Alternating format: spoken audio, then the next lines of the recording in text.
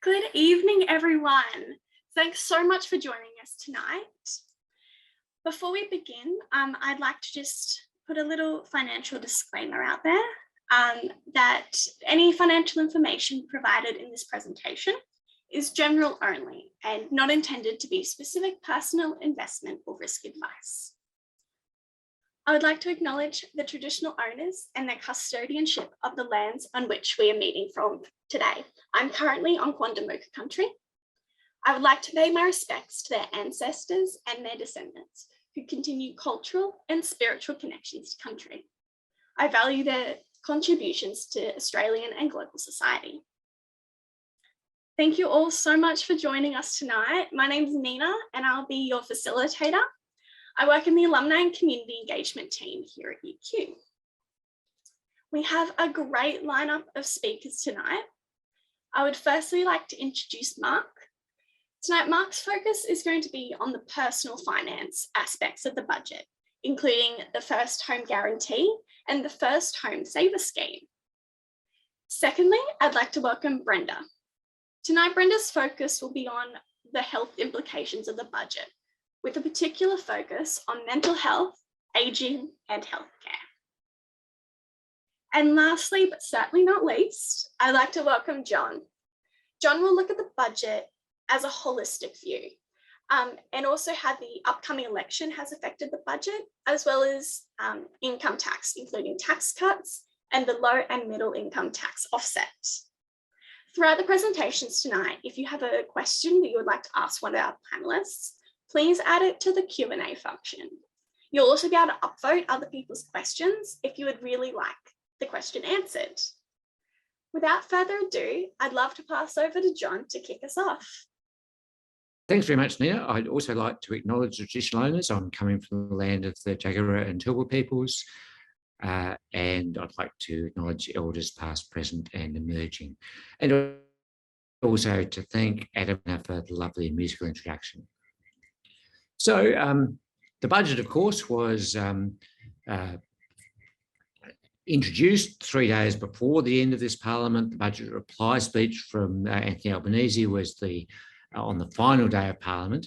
So unlike a normal budget, we're looking at a pre-election document. So a normal budget says what the government is going to do in the next year, subject to getting it through the Senate, which isn't always easy. This is an actual prospectus of what we're going to see in next year. In this case, it's much more like an election platform. If the government loses, of course, the opposition's alternative will be put forward. That hasn't been spelt out in great detail, but I will talk about it as best I can. So we're really looking at something very different from an ordinary annual budget introduced during the term of an elected government. So pre-election budgets, of course, are rarely high quality in terms of taking tough decisions that might upset people, in terms of looking carefully at the long-term fiscal implications and so forth. I think even by that low standard, both the government's budget and the opposition's reply are pretty disappointing. What we've seen is a focus on very short-term measures framed around the concept of cost of living. So, of course, we've seen in the immediate aftermath of the COVID-19 pandemic an increase in inflation, still to quite low rates by historical standards and lower than elsewhere in the world, but nonetheless a bunch of politically sensitive prices increasing. And of course, with the Russian invasion of Ukraine, a significant increase in the price of oil, which has flowed through to the price of petrol. So we've seen the government promising to cut the petrol excise in half for a period of 6 months, and the opposition has indicated, without absolutely committing themselves, that they would do something of the same kind. We've seen then a bunch of handouts which are meant to target specific groups on the expenditure side, as well as lots of local pork barrelling announcements in particular electorates, the marginal ones. We saw that in the 2019 election. At the time, there was a good deal of fuss about it, but the government argued, having been elected on the basis of handouts to marginal seats that had been validated by the democratic process. We've certainly seen that repeated and emulated on the Labor side. So, roughly speaking, if you're in a safe Conservative seat, you'll get nothing from the Labor Party. If you're in a safe Labor seat, you'll get nothing from the Liberal Party. If you're in a marginal seat, you'll be showered with offerings from both parties. That's disappointing and certainly undermines the quality of most of the provisions that have been put forward. Sorry,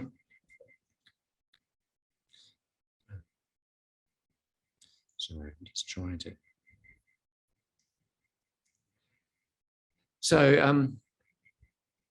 So what can we say about how the long-term implications of the budget or the alternative budget, assuming one of the other party, of course, is elected? Well, most important decisions were really made nearly 10 years ago when Mr. Morrison, then as Treasurer, introduced a three-stage tax cut program legislated over 10 years. And politically, this was a reasonably astute move, or certainly so it seemed at the time. There were some nice handouts for lower middle income earners in the first stage. Then low income earners got very little in the second stage. And finally, the really big bang was big tax cuts for high income earners in the third stage. And that third stage due to come into effect in 2024-25. So that's really the point of that whole process introduced 10 years ago. But there have been a bunch of difficulties, and these are to do with the so-called low and middle income earners tax offset. The idea was to provide some temporary tax relief for really middle income earners. There wasn't much for low income earners in this. And for a variety of technical reasons, rather than being fixed into the tax schedule, this was provided as an offset, which meant that you received the benefit, if you got one, at the end of the year, along with other kinds of tax deductions. So if you're a wage earner, your employer taxed you at the normal rate. Then when you submitted your tax return, you collected this money as an offset. So that was supposed to expire a year or two ago. Of course, when it came to expire, we had COVID and money being splashed about in all directions. And the last thing the government wanted to do was to give anybody a tax increase. So that was put off for a year. Now in the budget, it's been put off for another year because, of course, they don't want to increase taxes in the context of an election. And at this point, I think the issue has to be raised whether running this as a tax offset can be sustained much longer. It's simply an unnecessary complication in the tax system. It should really be folded into the tax scales, but that would again involve an explicit increase in the marginal tax rate as opposed to the clawback which currently applies to the offset. So the offset applies for middle income earners, phases out between roughly $60,000 and $90,000 a year. That phase out, if the offset were included in the official tax scales, would appear as a higher marginal rate. And the government is clearly unwilling to do that. The opposition has no obvious appetite for it. But I'd imagine that in the aftermath of an election, the logic of doing this would be let's bite the bullet, get it over with, hope that we can smooth it out in the course of a term in government. But we still have the problem that these tax cuts for high income earners were never properly budgeted for and imply a huge burden on the revenue raising capacity of the Commonwealth. At the same time as none of the major expenses of the Commonwealth have been reduced. The NDIS, the National Disability Insurance Scheme, the biggest financial initiative of the Rudd and Gillard governments, is still there. And attempts costs have proved pretty ineffectual. The government wants to spend a lot more money on defence. We still have the problem of appallingly low rates of payment for unemployment benefits. and that's been exacerbated by the demonstration that we can, if we choose, raise them, as we did indeed during the pandemic. So these tax cuts are going to be a big problem. And the big offsetting feature is that thanks to the permanent decline in the real value of interest rates, so I'll come back to that in a moment, concerns about government debt have really taken a back seat. So until the pandemic, we had the Treasurer, like every Treasurer in every budget, I think for the past decade before him, promising that this time we really would see the budget return to surplus and that Commonwealth public debt was on a path to zero. That's been forgotten about, and a very good thing too. We're now going to see deficits indefinitely and a more or less stable rate of government debt unless something comes along as a surprise, which it very probably will.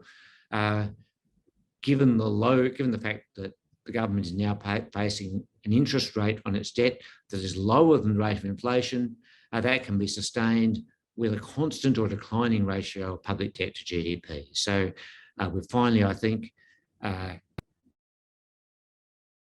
got over mania, at least as far as governments have to frame budgets are concerned. Of course, the Labor Party, rather than saying, yes, we were correct in raising government debt when the global financial crisis came and were attacked on this by the other side wrongly, is busy turning around and announcing the debt that's been run up under this government. Should they be elected, we'll see a reversal of those roles, undoubtedly, with Labor correctly pointing out that government debt isn't such a problem, and the LNP ignoring their own role in correctly running massive deficits during the pandemic and incorrectly refusing to undertake massive fiscal contraction in the years leading up to the pandemic.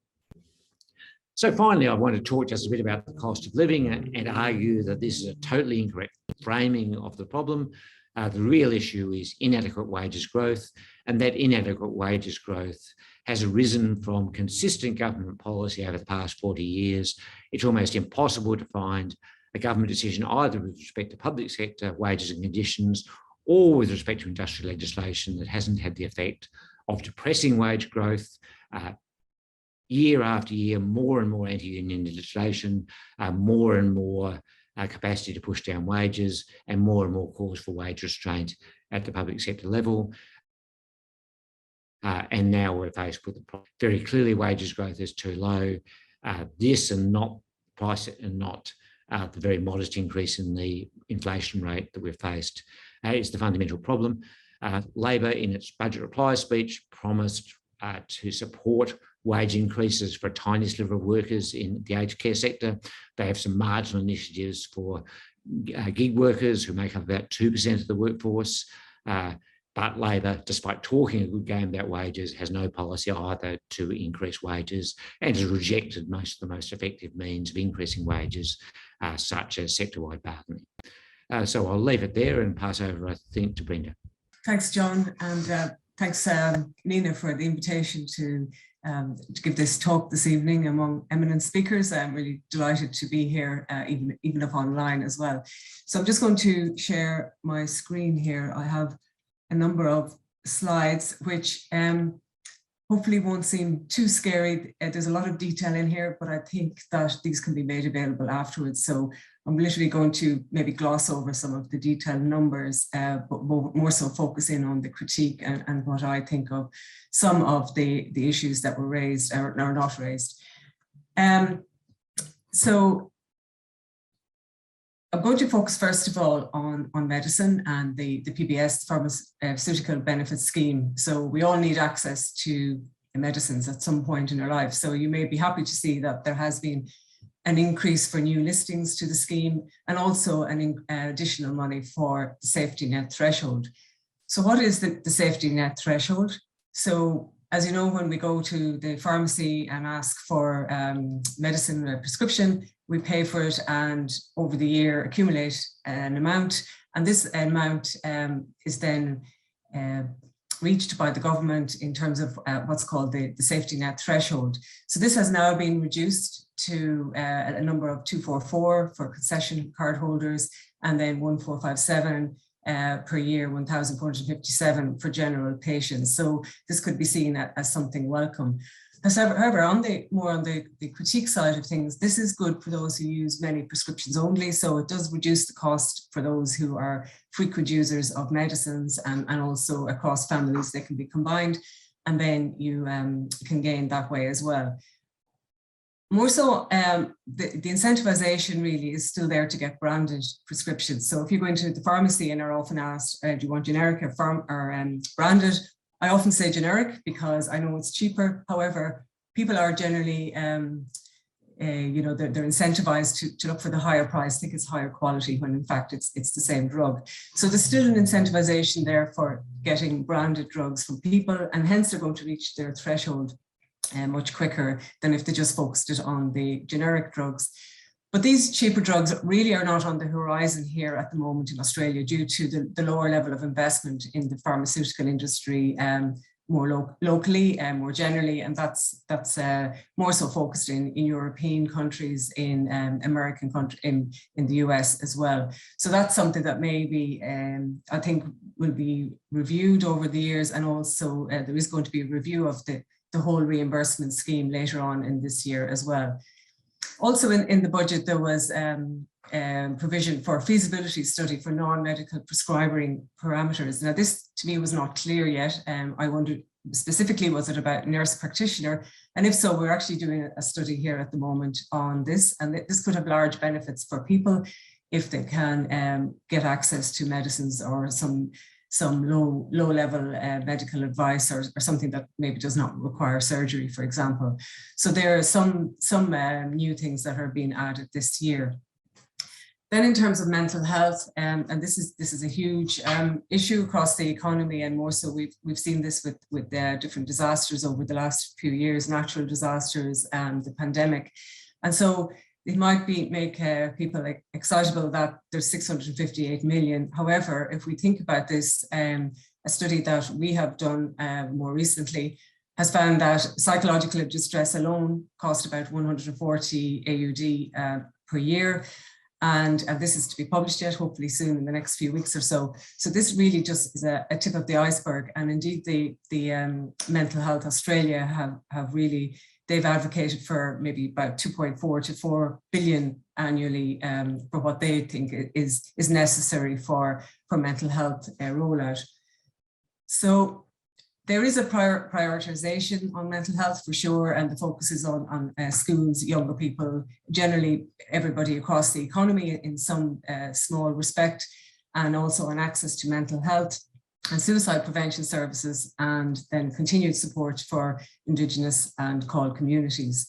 But as I said, there is more investment required to maintain momentum of the reforms started in 2021. So what Mental Health Australia would advocate for is up to 4 billion per year.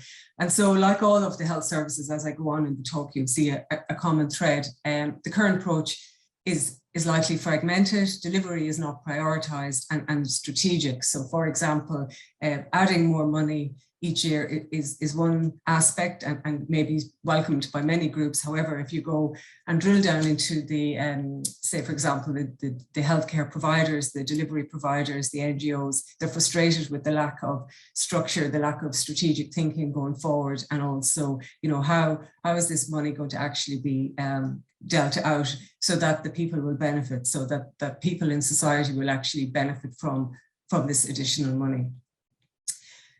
The aged care sector then, as we know from the Royal Commission report last year, was in significant need of investment and improvement going forward.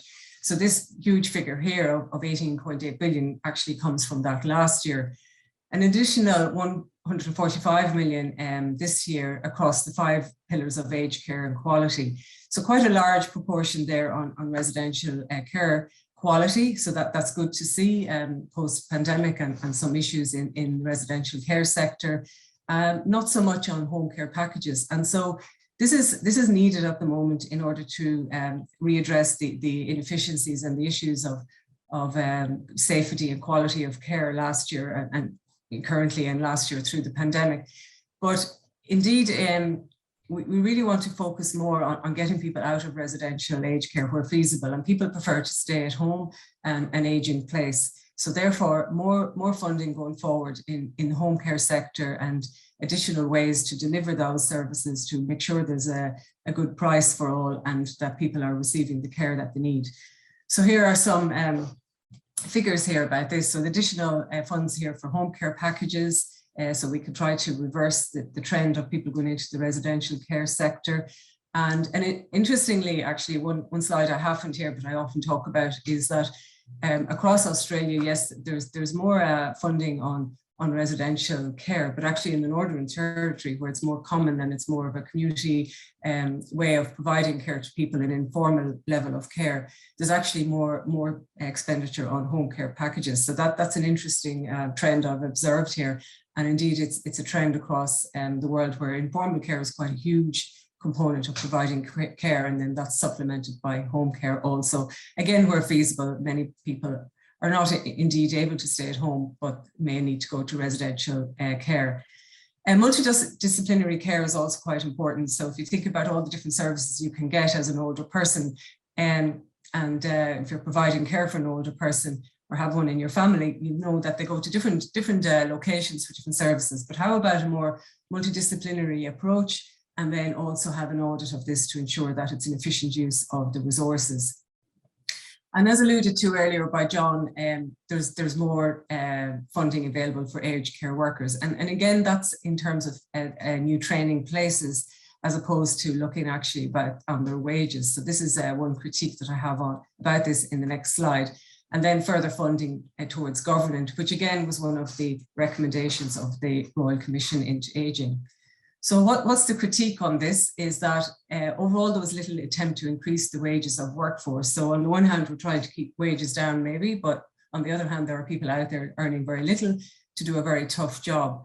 And there is a new authority expected on the ageing sector to provide new price information, which is often really hard to get on different websites if you need to avail of these services yourself or within family. And this then will reflect on the wages that individuals may be entitled to earn. So the higher and the more transparent price, then the more transparent it may be what wages are required. And I do know people who mid-career have tried to retrain either clinicians who want to go into the ageing sector, or nurses, or people in different industries. There are many places available to retrain in the ageing sector. However, they've got through some of their training, really enjoyed the theoretical aspects, got into the training, very capable people in terms of providing the care, but were frustrated at the long hours, voluntary work, no pay. And then when they actually got into the industry, it wasn't sustainable for them to earn under $30 an hour, for example. So that is quite a low wage. And in order to improve the quality of care for people, we need to improve the training of the workforce, and then perhaps match their wages to their counterparts elsewhere across the healthcare sector. So the retention of this workforce is a huge issue in this industry, and education also. And there's currently, even in universities, the medical training does not even provide a proper course, for example, on aging and gerontology for people. So that's a simple thing that can be addressed. I think for the medical workforce, the bigger issue is the care industry.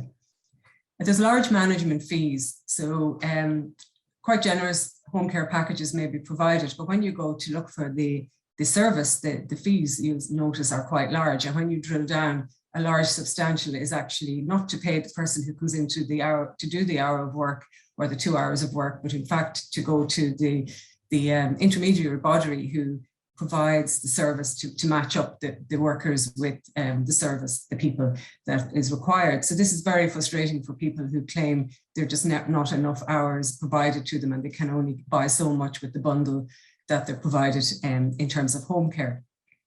So there's just a simple example there of the home care management fee increases as the level of care increases. So there's 4 different levels of care, and level 4 is the highest end, up to around less than $300 per fortnight. And so there are several different figures on this included in a publication that we published last year, a briefing about the pricing and the home care sector and the data that's available online for people to explore. Hopefully this will actually be made easier after October, when there's a review of the whole pricing system. And then in the budget, more funding has been provided, but mainly to cover COVID response related costs, which were required, and the delivery of the workforce programs and the care of people less obvious. Dental health was also mentioned by the advocacy group COTA, Council of the Aging. They advocated for a lot more to do with dental health for people, which is also often connected with many other conditions. So we can look after their dental health in time. Prevention is better than cure. And also there was little focus on the delivery and the financing of, for example, consumer-directed care. This is quite stressful for people now that they can actually have a little bit of choice over their care. And in fact, studies have shown around the world, and now we're trying to delve into that here as well, to show that, in fact, it is quite stressful. And so being able to have some choice and some direction of your financing can be actually quite stressful. So additional resources may be needed there.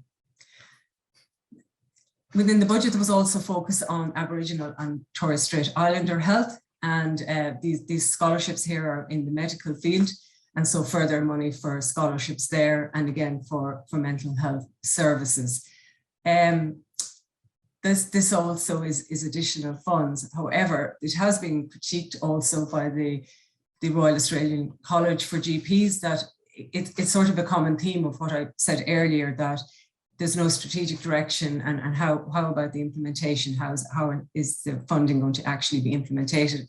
How will the programs be implemented? So the delivery of the programs would require in-depth analysis going forward. And again, for GPs, if we're going to focus on rural and remote locations of healthcare, which is necessary, then recruitment of GPs for that and the retention of people in remote areas may need to be looked at also. So all of the themes I've talked about come through also in healthcare. And so an additional 1 billion here for healthcare and some on the COVID response, which will need to be really included going forward. And this is something we may talk about later, is how to address pandemics going forward and how to budget them in, and how to maybe reallocate resources and make more efficient use of the resources we have. And of course, with allocation of healthcare, it has to be equitable also. The two economic components, efficiency and equity, go hand in hand here, along with a good service, efficacy of treatment, good treatments, and also ethical treatments too. So there's a lot going on there in the health economic space in making sure that there's good use of the funds. Some examples then include in the women's health, there was further funding provided there, and also for telehealth, which came on board throughout the COVID pandemic. And this is to be included on the listings, so where you can allow to get a rebate, and you have just like going to the GP, can get a rebate for using telehealth. And the rural health initiatives are mainly for training purposes. So the issue is, how do we secure jobs for people, keep them there so they're not moving around and back into the cities, and so make sure that the health of the rural areas are also looked after into the future. So inequality of opportunity, it brings me back a little bit about to the equity. And so when babies are born in their first 1,000 days, these are the critical time, and also prenatal care as well. And so if a person is born into a low socioeconomic status, or if low income, then the chances then of surviving are less. And so how do we readdress this sort of reverse causality between, putting in good services, but then making sure that they go to the right people in lower socioeconomic group, and make sure that it's equitable across all groups. So whatever further funding is included for the first 1,000 days of life, we would need to ensure that that's really targeted at those families that require the resources. And universal healthcare is fantastic, but maybe sometimes there's a case for means testing in some areas as well. And linking of primary care and secondary care always remains problematic. So could funding be directed, given out more directly to avoid issues of overuse? So what I mean there is, rather than having a middle administrative organization from the government down to the healthcare providers, maybe it can be provided, and as it used to be years ago, provided directly to the providers, and then they are monitored for their efficient use of resources. So overcrowding of emergency departments is an issue, and one of our studies have shown that having access to GP services locally can actually help people avoid that. Providing access is the key component to ensuring that people may not have overuse of ED and then crowd out critical resources. So I'm going to stop there and hand over to Mark, and hopefully we can come back to some of this later on. Thank you. Thanks so much, Brenda. I'll just share my screen. I've got a few slides to share. So this budget, as John mentioned earlier, was a budget before an election, and so it was quite unusual in terms of personal financial topics, in that there was relatively few in the budget this year, which was potentially a good thing, because often there's a lot of changes every year, particularly with superannuation, and so there wasn't actually a huge amount of changes. But really kind of picking up on some of the themes that have been mentioned earlier, particularly around cost of living, as most people would have recognised, that one of the biggest things in the last couple of years in terms of cost of living pressures has really been the massive increases in property prices and rents. And so the main way in which the government tried to address this issue within the budget was what they call the first home guarantee, which used to be called the first home loan deposit scheme. Here, usually what happens is that in order to buy a home, the bank will usually require buyers to have a 20% deposit in order to be able to purchase the house. And if you don't have that 20% deposit, you need to pay what's called lender's mortgage insurance. And if you're doing that, that adds a significant cost to people who are trying to borrow. And so under this scheme, what you're able to do is the government will guarantee the loan for the banks, and so the individuals do not have to pay that mortgage lending insurance. And it allows people to therefore be able to purchase a house with only a 5% deposit. Previously, there were about 10,000 places available each year, and the way in which you get it is it's a first come, first served basis. So the first 10,000 people who apply and who are eligible will get those places from the government.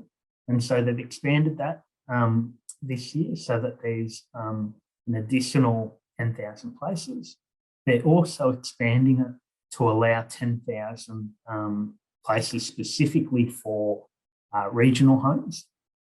And they're also expanding to another 5,000 places specifically for single parents. And for single parents, they're reducing the deposit even further to only a 2% deposit being required. And they're also trying to stimulate the economy, whereas previously the scheme, you could access this scheme when you were purchasing an existing home. It looks like they're changing this now such that you need to buy a new home, with the idea being that it'll stimulate the economy by encouraging people to purchase new homes, which will require construction, and therefore there'll be jobs in terms of employment. Now, just in terms of a critique with this particular proposal that the government's put forward, the main issue here is that property prices have been rising in Australia because of supply issues. So there's been consistent demand for the last 20 years for housing in Australia, and there's been a consistent supply issue. And when you've got demand outstripping supply, what happens is that prices increase. And so the government hasn't addressed the supply issue at all in this budget. And in actual fact, what this does is it allows people to enter the market earlier with less of a deposit. And so that's bringing forward more demand. And so in actual fact, it's going to actually help push prices up a little bit more. The counter is the assistance that you're getting from the government is a little bit more. And so it helps those people who are getting this assistance from the government. But the main issue is that's not actually helping the supply issue.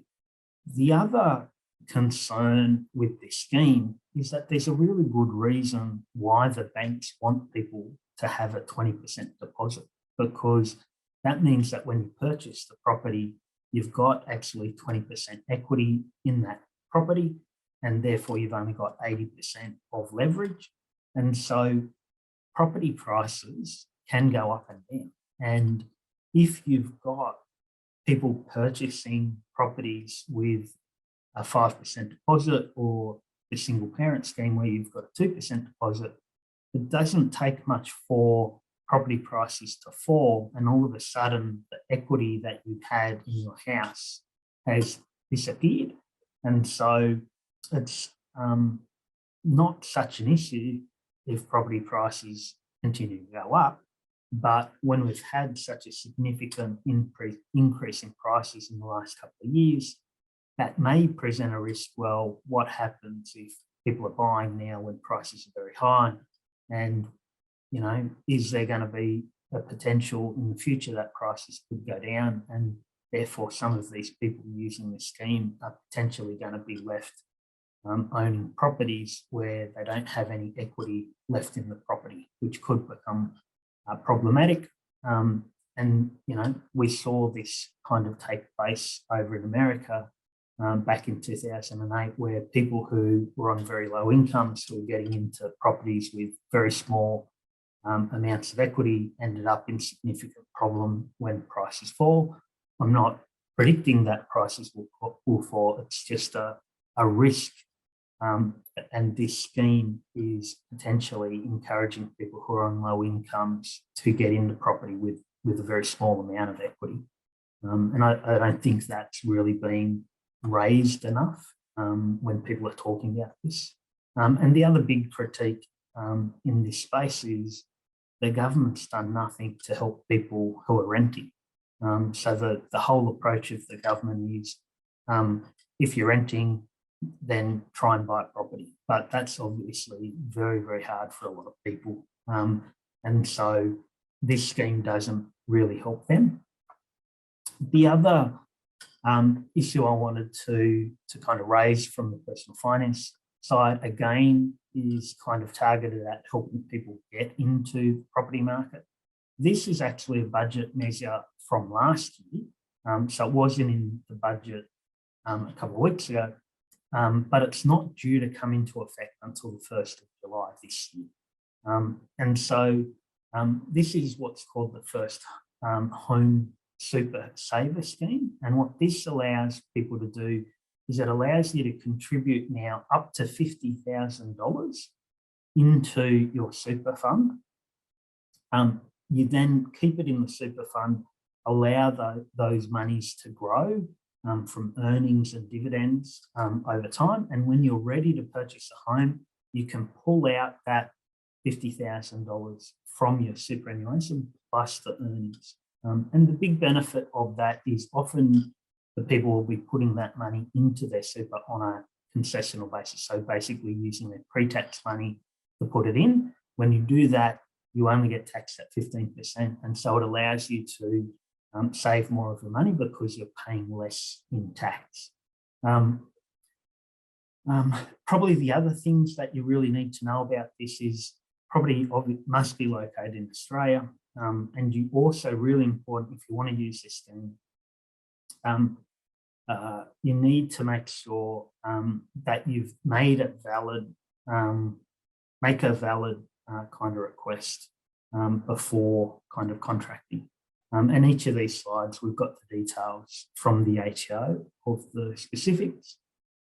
Really, what are the critiques around this scheme? Again, like I said on the other initiative, the real issue in Australia is that there's a supply issue, which really comes to zoning, building, having access to building materials is challenging at the moment. Having access to qualified tradespeople at the moment is challenging. And the government's not really addressing these in a significant way.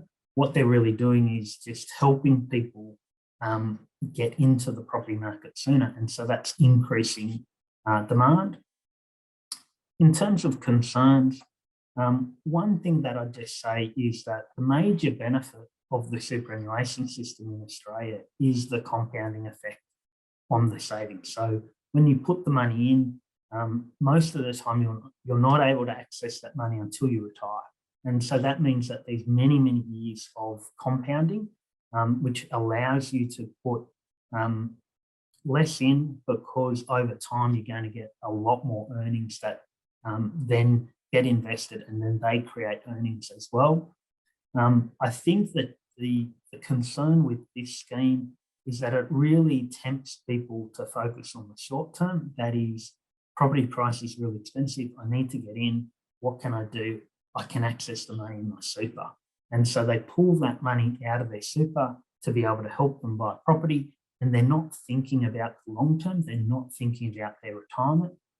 And so effectively, by pulling the money out of super to help you buy a home, you're significantly reducing your early contributions. And those early contributions build up very significantly over time because of all of that compounding. So I just kind of say that as a little bit of a warning for people who are thinking about using schemes, try and think about the long term as well. If you want to use this scheme, try and think about putting in additional contributions over and above what you'd normally do, so that then when you pull the money out, you still have a significant amount in super that will build for your retirement, so that you have got good savings at the end. And so really they were probably the two most important aspects of this year's budget and last year's budget that's coming into effect in a couple of months on the personal finance side. Nina, back to you. Thank you. Thanks so much to all of our panelists. It was really nice to see all of you take those different elements of the budget and give us like a really good holistic picture. And I want to thank everyone who submitted questions before the event. We've had so many, which has been such a great response. So I'm going to work through a Q&A now, and I'm going to kind of pepper between the pre-asked questions and also your live questions. So the most popular question that we got asked, and I might flick to you, Brenda, to start this off, is what impact will this budget have on the job market? Okay, thank you. Yeah, so I think there's going to be comments about the job market in general, and I'm going to focus in just on the health sector. And I've already mentioned, or probably have provided some of the answers to this already, about the job market. So if there's going to be more training places in the medical sector, for example, there'll be more training available for people, and focusing in on the job market for the aged care sector, as they call it. More places will hopefully result in more workers, but the problem then, as I mentioned earlier, is the retention of those workers and the wages that they would be paid. So if you're interested in that industry, I think this is a good time to be around, get the training, and then locate into the industry, but then work very hard to try to find the right position with the better wages and a way of, and hopefully that will change in the future by having continued focus on the aging sector and on the workforce, also on the stresses of people in the health sector at the moment. 2 years down the line, the workforce is getting depleted with exhaustion, maybe not so much here, but it's still ongoing at the moment. And so the mental health strategies there have to be addressed also for the workforce in the health sector, as well as the aging sector, probably across the board actually, because there's huge changes going on for everybody at the moment, and we can't really see the end. It's not like this is a one-off year, and we have to be focused for future pandemics, which I think is going to be another question you might ask later. So hopefully that helps address, what's the impact for jobs, and that's how I'll leave that at the moment. Yeah. Amazing. Do any of our other panelists have any input on how this will affect the job market from your perspectives? Yeah, well, my view is really both the budget and the alternative budget are timed with a very short time frame in mind. It's to get past May, hopefully get into office, and at that point, whichever party comes in will have to deal with. Yes, there's no real I don't think there's any strategy here. But there's not. Yeah, I think there's nothing. I mean, the government's position is things are great, unemployment is really low, which it is. Labor's position, I guess, is all very long-term stuff. If we only went back to building more stuff in Australia, it would be good. Neither of those really prepare us for what might happen in the event of something going badly wrong in the world economy. And I think we just have to trust to luck that whoever gets in will be capable of handling such things when they get there. That sort of leads into, I think Henry was the one who asked this. It was Henry, who asked about wage growth. So his question was, historically, what are effective long-term ways to address wage growth in the budget? And are they still effective in the current environment?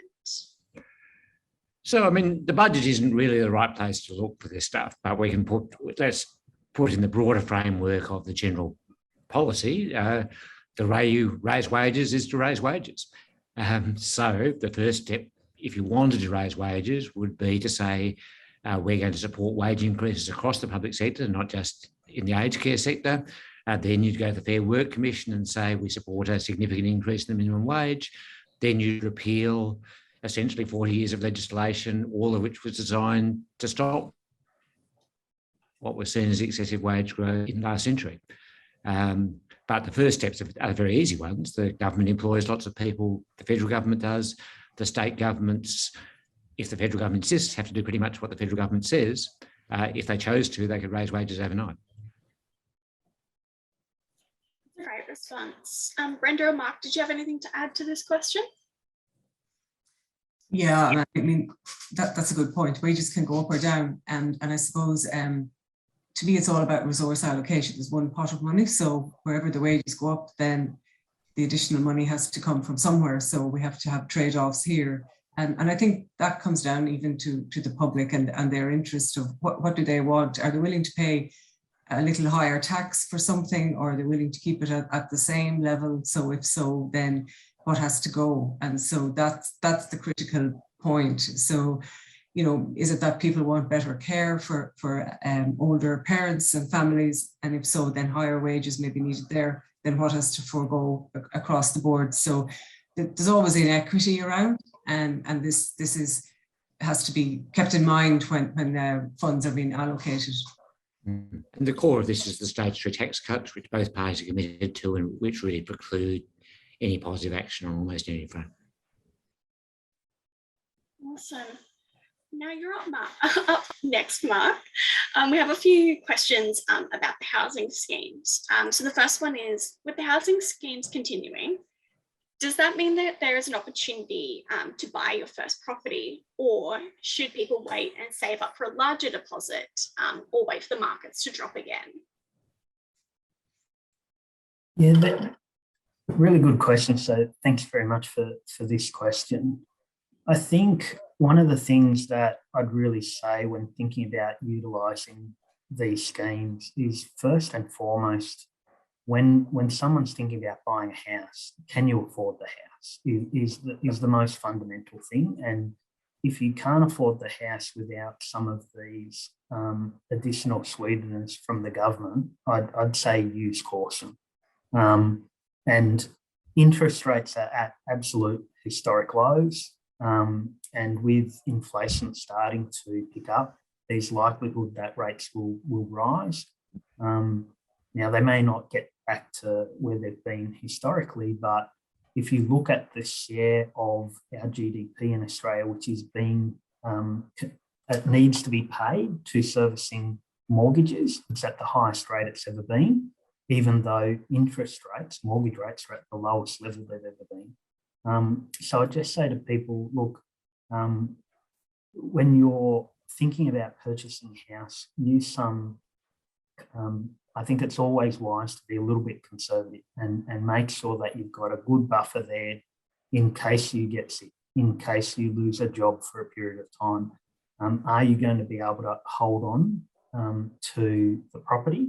I think another question comes to this in the moment, which I might leave till then, but what happens if you can't afford to keep the home?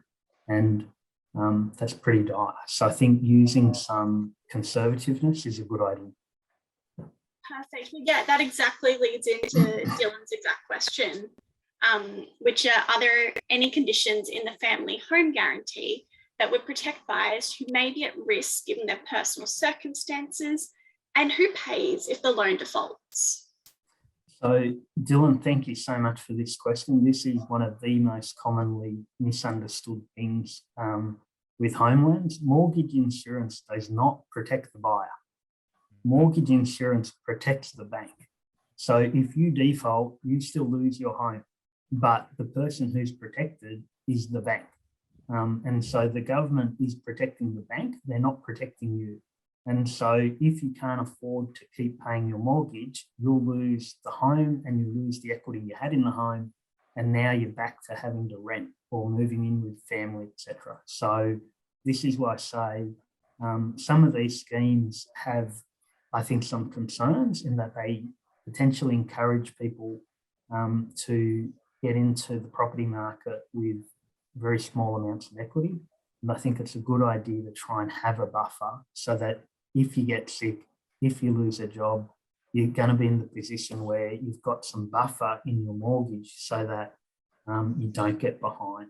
And I think that's particularly important if we're going into a period where rates are going to be rising going forward. So great question. Amazing. And I think we probably have time just for one more question. So I'm going to combine one of the pre-asked and one of the recently submitted questions, which is all about the state of the world and how that's sort of going to affect the budget moving forward. So I heard that no matter which party goes in, the budget might change a bit depending on everything that's happening. So the pandemic, wars, also the US subprime mortgage market. How is that going to affect the budget? How is that going to affect our finances moving forward? I'll have a first go. I mean, I think we've roughly given up on the pandemic. Bad for the people who die, but and get long COVIDs. But in terms of the implications for the budget, we've just decided that that's a price that we're collectively willing to pay. I'm not quite sure how that decision was made, but there it is. On the whole, we look well placed to benefit from the wars. With the Russia is going to be cut off from the world market for a long time, cut off from new investment in its oil, gas and coal industries. Of those three, we are exporters of two, gas and coal, and so we're likely, in fiscal terms, to benefit from those things. I think the biggest risk we face in those instances is a sharp decline in the Chinese property market. And I mean, we're all worried about the Chinese property market in January. The war in Ukraine hasn't stopped those worries. It could still fall in a dreadful heap, in which case our iron ore exports would fall, and that's a very large share of the government's revenue.